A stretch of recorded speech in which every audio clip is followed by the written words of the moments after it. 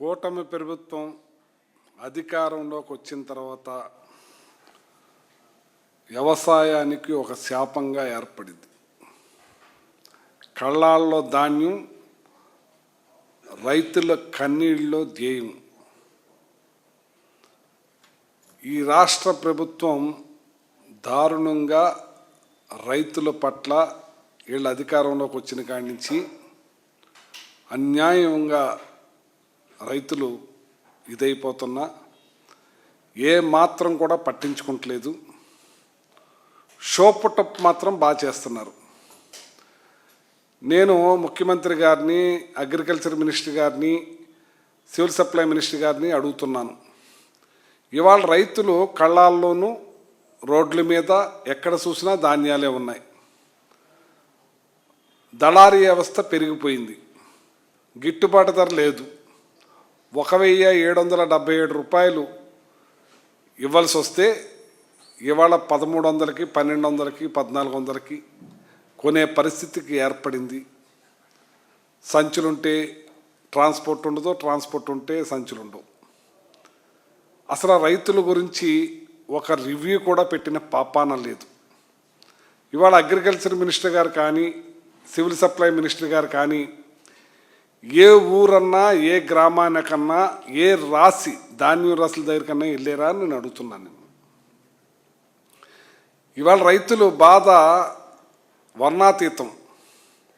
గతంలో రైతులకి జగన్మోహన్ రెడ్డి గారు ఈ క్రాప్ చేసి ఇన్సూరెన్స్ కట్టి 0 వడ్డీ రుణాలు ఇచ్చి అన్ని రకాలుగా ఆదుకునే పరిస్థితి ఉండేది.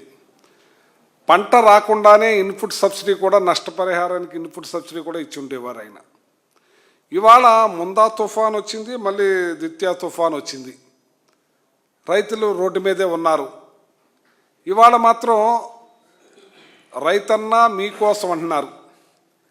రైతన్నా మీకోసం అన్నప్పుడు మీరు ఏ రైతాంగం దగ్గరికి వెళ్ళారని చెప్పి నేను అడుగుతున్నాను. నేను మీ హాలుల్లో, ఫంక్షన్ హాలుల్లో మీ కార్యకర్తలకు పచ్చకండవాలు కప్పి రైతన్నా మీకోసం అని ఉపన్యాసం ఇచ్చేస్తున్నారు. నేను అక్కడ ఎమ్మెల్యేలు కానీ, ఎవరు కానీ, నాయకులు కానీ, రైతు కళ్ళాల దగ్గరికి కానీ, రైతు పొలం గట్లకి కానీ ఒక్కళ్ళు వెళ్ళారని అడుగుతున్నాను నేను. మీరు ఈ 18 నెలల్లో 16 సార్లు వైపరీత్యాలు వచ్చినాయి. అరటికైతే, మిర్చికైతే, మన పత్తికైతే, మ్యాంగోకైతే, అలాగే ఎన్ని రకాల కందులు కానీ, మినువులు కానీ. ఇవాళ అరటికాయ అయితే 50 పైసలు కిలో. 50 పైసలు కిలో అరటికాయ. నేను అడుగుతున్నాను, 50 పైసలకి మన ఏదైతే హెరిటేజ్ దాంట్లో మనకు అమ్ముతారా అని నేను అడుగుతున్నాను. ఒక్క అరటిపండు కూడా 50 పైసలకు రాని పరిస్థితి మార్కెట్లో. రైతు దగ్గర పండించిన పంటకి కేజీకి 50 పైసలు కూడా కొనలేని పరిస్థితిలో ఉన్నారంటే అసలు ప్రభుత్వం ఏం చేస్తుందని నేను అడుగుతున్నాను. నేను గతంలో కరోనా టైంలో వైఎస్ఆర్ పార్టీ అధికారంలో ఉన్నప్పుడు గౌరవ ముఖ్యమంత్రి గతంలో జగన్మోహన్ రెడ్డి గారు, ఎక్స్ ముఖ్యమంత్రి గారు, ట్రైన్లో అరటికాయ కొని, ప్రభుత్వమే కొని అది పశ్చిమ బెంగాల్ తీసుకెళ్ళి అమ్మిన రోజులు ఉన్నాయి. రైతుకి అండగా నిలిచిన రోజులు ఉన్నాయి. మీరు మీకోసం, రైతన్నా మీకోసం అంటున్నారు. ఏం చేశారు మీరు? గ్రామాల్లో మీ టీవీలో ఉన్నాయి, చూపిస్తున్నారు. ఇవాళ చంద్రబాబు నాయుడు గారు అప్పలాండ్ అయిన నల్లజర్లు వెళ్ళి అక్కడ ఉపన్యాసం ఇస్తున్నారు. మీరిచ్చే ఉపన్యాసం, మీరు నెల్లూరు వెళ్ళండి మునిగిపోయింది, ఒంగోలు వెళ్ళండి మునిగిపోయింది, తిరుపతి వెళ్ళండి మునిగిపోయినాయి. అక్కడ మీరు మాట్లాడండి. అక్కడ మీరు ఏం చేస్తారో చెప్పండి. ఇప్పుడు లోకేష్ గారు ఢిల్లీ వెళ్ళారు, రిప్రజెంటేషన్ మీద రిప్రజెంటేషన్ ఇస్తున్నారు. మీ కూటమిలోనే భాగం కేంద్ర ప్రభుత్వం. కేంద్రం ప్రకటించలేదు, మీరు ప్రకటించలేదు. ఏం నష్టపరిహారం ఇస్తారని నేను అడుగుతున్నాను. నేను ఇవాళ రైతులా అల్లాడిపోతున్నారు. తడిసిన ధాన్యం, ఆ పచ్చి ధాన్యాన్ని అప్పటికప్పుడు కోసిన ధాన్యాన్ని అయినకాడికి అమ్ముకునే పరిస్థితి ఉంది. ఇప్పుడే కృష్ణా జిల్లాలో చాలామంది వచ్చున్నారు. మరి 1000 రూపాయల నుంచి 1200కు కూడా కొన్న పరిస్థితుల్లో ఉన్నారని అంటున్నారు. వాళ్ళ బాధ వర్ణాతీతం. ఇవాళ ఏం చేస్తుంది ఈ ప్రభుత్వం అంటున్నాను. మీకోసం కాదు రైతన్నా, మీకోసం కాదు, మీకు మోసం కోసం అన్నట్టుంది. రైతన్నా మీకు మోసమని. మీరు ఏదైనా చేసేది ఉంటే గతంలో వచ్చిన తుఫాను ముందా తుఫానుకి కానీ ఈ తుఫానుకి కానీ ఇదిగో రైతులకు మేము ఈ రకంగా ఆదుకుంటున్నాం, ఇంత నష్టపరిహారం చెల్లిస్తున్నాం అని ప్రకటించండి. అంతేకాని మీరు రైతన్నా మీకోసమని కోట్ల రూపాయలు యాడ్లు ఇచ్చుకుని ఆ కోట్ల రూపాయలు రైతుల కన్నా అందుంటే ఇవాళ ఎంతో బాగుండే పరిస్థితి ఉండేది. రైతన్నా మీకోసం ఈ యాడ్ ఎంత ఉంటుందండి? రాష్ట్రంలో కోట్ల రూపాయలు ఉంటుంది. ఈ కోట్ల రూపాయల డబ్బు రైతన్నలకు ఏం చేస్తున్నారు? మీరు ఒక్క రూపాయి ఇస్తున్నామని చెప్పారా అని నేను అడుగుతున్నాను. నేను ఇవాళ మీరు వెళ్ళి మీ నాయకులు మీ కార్యకర్తలకే పచ్చకండవాలేసి కూర్చోబెట్టి ఉపన్యాసాలు ఇచ్చే కార్యక్రమం చేస్తున్నారు. రైతు అలో లక్ష్మణాన్ని అల్లాడిపోతా ఉన్నాడు. ఓ పక్కన ఇప్పుడే చెప్పున్నాను, నెల్లూరు తిరుపతి అన్నీ కూడా మునిగిపోయిన పరిస్థితి, అక్కడ ఆదుకునే నాదుడే కనపడిన పరిస్థితి, ఎవరు కూడా వెళ్ళని పరిస్థితి. ఇంత దారుణంగా ఎలా అని నేను అడుగుతున్నాను. నేను ఇవాళ ఈస్ట్ గోదావరి కానీ వెస్ట్ గోదావరి కానీ అన్ని రకాల పంటలు, కొబ్బరి దారుణంగా పతనం అయిపోయింది. రోజు రోజుకి మారిపోతుంది. కానీ మాట్లాడుతున్నారా దాని గురించి? ఇవాళ అరటి గురించి మాట్లాడుతున్నారా మీరు? ఇవాళ అరటి మరి ఇవాళ మా నాయకుడు వెళ్ళి అక్కడ చూస్తే వాళ్ళ అరణ్య రోదన, ఆ రైతాంగం నేల మీద పోసే పరిస్థితి కలుగుతుంది. అలాగే మామిడికాయ అలాంటి అయింది, అలాగే మిర్చి, అలాగే పత్తి, అపరాలు. మీరు ఏం చేస్తున్నారని అడుగుతున్నాను, దళారీ వ్యవస్థ. కానీ అలాగే రైతు అమ్మబోతే శాపం, పబ్లిక్ కొనపోతే శాపం, దళారీకి మాత్రం డబ్బు పోతా ఉంది. ఇటు రైతు అమ్ముకుందామంటే ₹10 అరటి, పబ్లిక్ కొనాలనుకుంటే ₹50, ₹100, ₹200 కేజీ, ఇక్కడ 50 పైసలు. ఏంటి పరిస్థితి అంటున్నాను. ఇక్కడ ప్రభుత్వం ఉందా అని నేను అడుగుతున్నాను. మీరు మానిటరింగ్ చేస్తున్నారా అని అడుగుతున్నాను నేను. ఒక పత్తి రైతుల గురించి కానీ, ఒక అరటి రైతుల గురించి కానీ, ఇప్పుడు తుఫాను వచ్చిన రోడ్ల మీద పూసిన రాసులు, ధాన్యం రాసుల గురించి కానీ ఒక మీటింగ్ పెట్టారా అని అడుగుతున్నాను నేను. మీకోసం రైతన్నా మీకోసం ఏం చేశారు మీరు చెప్పి నేను అడుగుతున్నాను. నేను మీ నియోజకవర్గాల్లో హాలుల్లో మీ కార్యకర్తలు కూర్చోబెట్టి పచ్చకండాలు వేసి 4 ఉపన్యాసాలు ఇచ్చి మీ టీవీ ఛానల్స్ ఉన్నాయి కాబట్టి చూపించేస్తున్నారు. రైతులు కానీ ప్రజలు అబ్బో రైతుల కోసం ఏదో చేసేస్తున్నారు. కానీ ఏంటి మీరు చేసింది?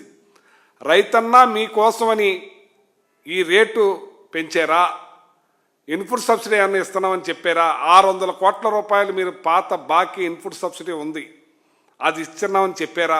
మొందా తుఫాను కానీ ఇప్పుడు తుఫానుకి కానీ మీరు మరి ఎవరికి రాశారు ఏం రాశారో తెలియదు, కానీ అదేమన్నా ప్రకటించారా? అది కూడా ఏమన్నా చెప్తారా? కేంద్రము లేదు, మీరు లేదు అంటే ఏం చేద్దామని మొత్తం టోటల్గా ఈ రైతాంగం వ్యవసాయం అంతా కూడా పక్కన పడేయమనా? బీడులు పెట్టే పరిస్థితికి ఆల్రెడీ వచ్చారు రైతులు. ఆంధ్ర రైస్ బోల్ అంటారు.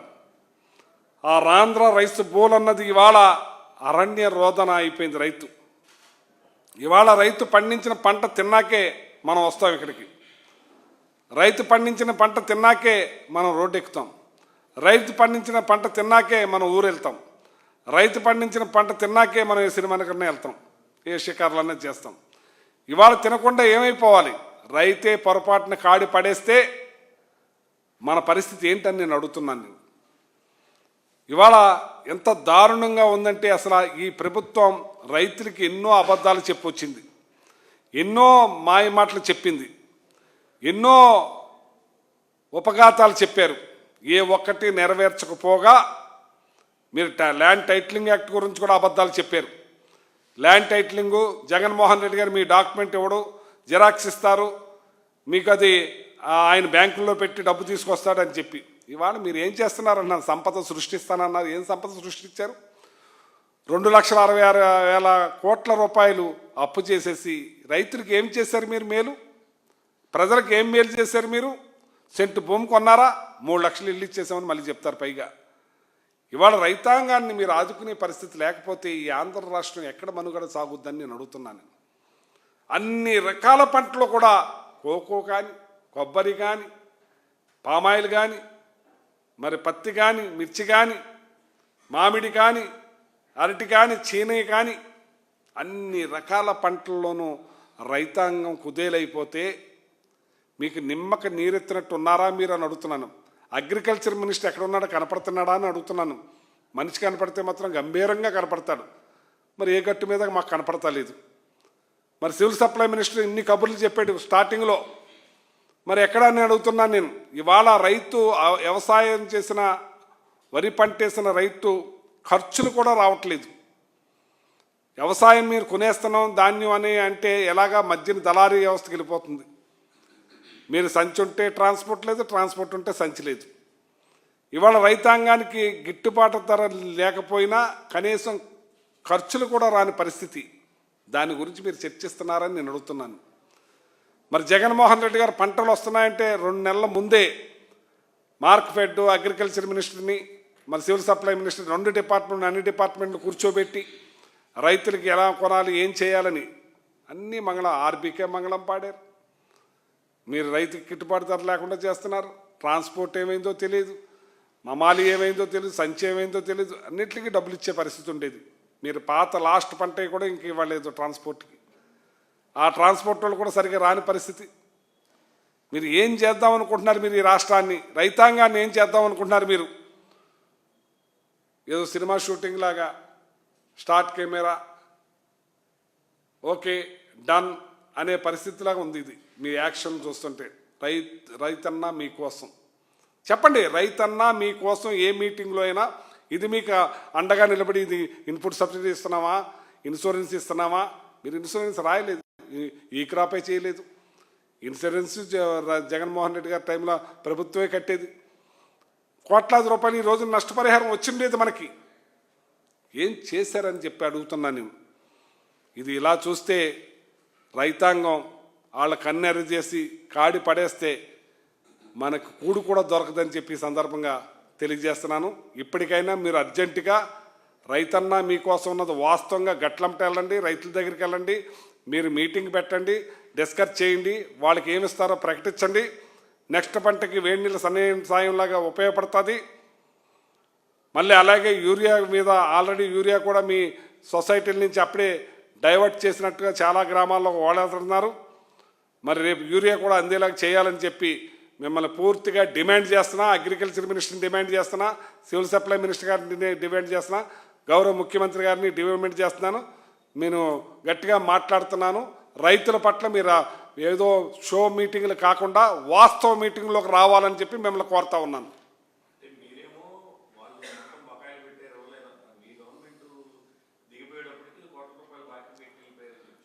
ఏదైతే జగన్మోహన్ రెడ్డి గారు, నేను సివిల్ సప్లై మినిస్టర్గా నోటిఫికేషన్ వచ్చేదానికి రూపాయితో సహా ఇచ్చాం. తర్వాత కొన్ని పంటకి డబ్బు ఉంది, వాళ్ళు వచ్చిన తర్వాత వాళ్ళు ఇచ్చారు. వాళ్ళు ఏమన్నా సంపద సృష్టించి ఇచ్చారా?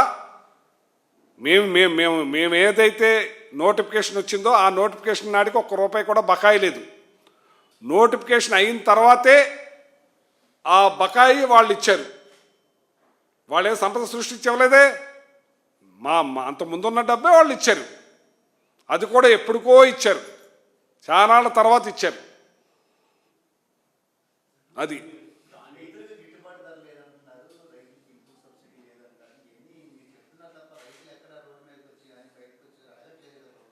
చూస్తున్నారు. రైతు గమ్మని రోడ్డు మీదకి వచ్చేయడు. రైతు ఇప్పుడు పండించిన పంటను ఒబ్బడి చేసుకుంటానని చూస్తున్నాడు. రైతుకి ఇన్సూరెన్స్ ఉందా అని అడుగుతున్నాను. మీరు చెప్పండి. గతంలో ఇన్సూరెన్స్ ఉండేది, ఇన్సూరెన్స్ ఉందా ఇప్పుడు అని నేను అడుగుతున్నాను.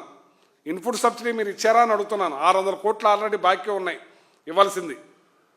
మీరు ఇప్పటి వరకు మళ్ళీ ఇప్పుడు ఏమి ఇన్పుట్ సబ్సిడీ ఇస్తారనేది ప్రకటించలేదు. మొన్న తుఫాన్ దానికి ఏమి రాశారో కూడా మాకు చెప్పలేదు, చూడలేదు, మాట్లాడలేదు. రైతన్నా మీకోసం అంటున్నారు, చెప్పాలి కదా. దీంట్లో మొన్న జరిగిన నష్టానికి మేము చేస్తున్నామని చెప్పాలి కదండి.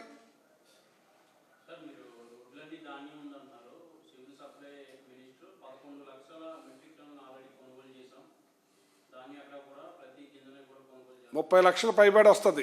11 లక్షలు కొంటే అయిపోయింది. ఉన్నదంతా ఎలా కొంటారు, ఏ రకంగా కొంటారు? అసలు పంటే నష్టపోయి ఉన్నారు. ధాన్యం కూడా తగ్గిపోయింది. ఆ నష్టపరిహారం ప్రకటించలేదు. ఇవాళ 40 బస్తాలు అయ్యేది 45 బస్తాలు అయ్యేది 20, 25, 30 లోపు అవుతున్నాయి.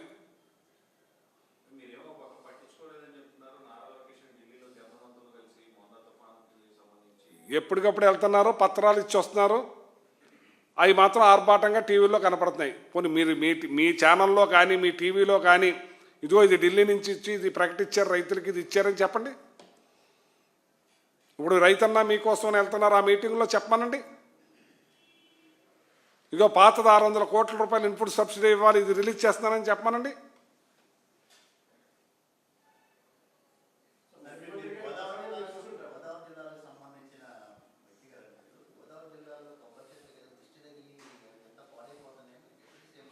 అది అవగాహన లేకుండా మాట్లాడతాం.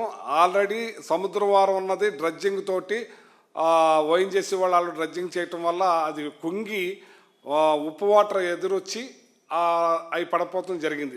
మా వెస్ట్ గోదావరి ఉంది, వెస్ట్ గోదావరిలో లేదే, అట్లాంటి చెట్లు పడలేదే. కానీ ఇటువంటివన్నీ కూడా అనుకుంటాం మంచిది కాదు. ఇది వాళ్ళు తెలంగాణలో వాళ్ళ పంటలు వాళ్ళు పండించుకుంటున్నారు, ఇక్కడ పంటలు పండించుకుంటున్నారు. మీరు డిప్యూటీ సీఎంగా మీ కూటమి ప్రభుత్వం తరపు నుంచి ఆ నష్టపరిహారం ఆ రైతులకి ఏం చేయాలనే దాని గురించి మాట్లాడాలి. మీరు వెళ్ళారు, నేను ముఖ్యమంత్రిని కాదు, నేను డిప్యూటీ సీఎంని, నా చేతిలో ఏముంటుందంటే ఎమ్మెల్యేగానే నా చేతిలో ఉండేది, నేను మాట్లాడేవాడిని, ముఖ్యమంత్రి గారితో మాట్లాడి కన్సల్ట్ మంత్రితో మాట్లాడి ఆ రైతులకు నష్టపరిహారం ఇప్పించేవాడిని. మీరు డిప్యూటీ సీఎంగా మాట్లాడండి, మీ కన్సల్ట్ మినిస్టర్తో మాట్లాడండి, ఫైనాన్స్ చేయించండి, ప్రజలకి ఆ రైతులకు నష్టపరిహారం ఏం చేయిస్తారో చేయించండి. అది డిప్యూటీ సీఎంగా అంటే. నేను ఎమ్మెల్యేగానే చేశాను. నేను తుఫాను గాలికి అట్లకి పంటలు దెబ్బతిన్నప్పుడు రాయించాను. అంటే రాష్ట్రం అంతా పోపైనా నా నియోజకవర్గంలో కొంత ఏరియా నష్టపోతే రైతులకి ఆ నష్టపరిహారం కన్సల్ట్ ఆఫీసర్స్ని రప్పించి రాయించాను. సీఎం గారితో మంత్రి గారితో మాట్లాడి, అలాగే అక్కడ జరిగిన నష్టాన్ని మీరు సీఎంతో మాట్లాడండి, అక్కడి నుంచి ఆడ ముందే చేపించండి. మీరు చెప్పారు కదా ఎలక్షన్స్లో మేము అందరం కలిసి మీకు న్యాయం చేస్తాం, ఏదైనా చేసి పెడతాం, ఏదైనా చూస్తామని చెప్పారు కదా, చేయండి. అంతేకాని దిష్టి తగిలింది అయ్యి ఏం మాటలండి ఇవి?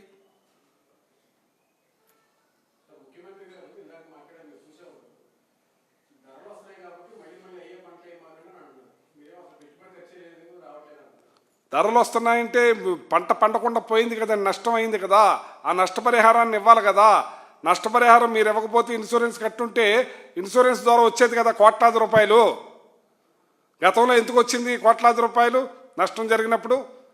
మీరు మీ ఇవాళ ఈ క్రాప్ చేయకుండా మీరు ఇన్సూరెన్స్ కట్టలేదు కాబట్టే కదా రాలేదు. మీరేమైనా సున్నా వడ్డీ ఏమైనా రైతులకు ఇస్తున్నారా? అది అయితే సరే మంగళం పాడారు. మరి ఇన్పుట్ సబ్సిడీ ఏం మాట్లాడరు, ఏమిస్తారని చెప్పరు. ఇప్పుడు రైతు ఎలా బాగుపడతాడండి? రైతన్నా మీకోసమని కోట్లాది రూపాయలు యాడ్లు ఇచ్చుకుని మీరు వెళ్ళిపోయి మీ కార్యకర్తలు కండవాలేసి మాట్లాడొచ్చేస్తే సరిపోద్దా?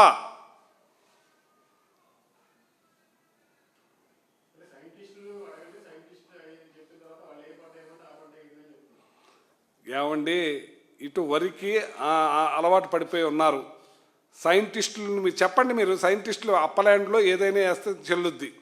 ఇక్కడ డెల్టా, ఇది వాటర్ వచ్చే ఏరియా, ఈ వాటర్ వచ్చే ఏరియాలో వరే పండుద్ది, వరే వేస్తారు, వేరే పంట వేయటానికి ఆస్కారం ఉండదు, నీళ్ళు ఎక్కువ వస్తాయి కాబట్టి.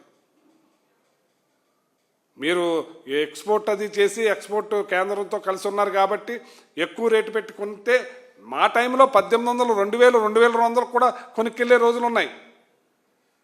మీరు ఇవాళ 1300కి 1200కి ఇప్పుడే వచ్చారు. అది మన పామర్ ఎమ్మెల్యే గారు అనిల్ గారు 1100 కూడా అడుగుతలేదు, రైతులు గోలాడుతున్నారని చెప్తున్నారు. కృష్ణా జిల్లాలో ఏది మీరు చేసేది?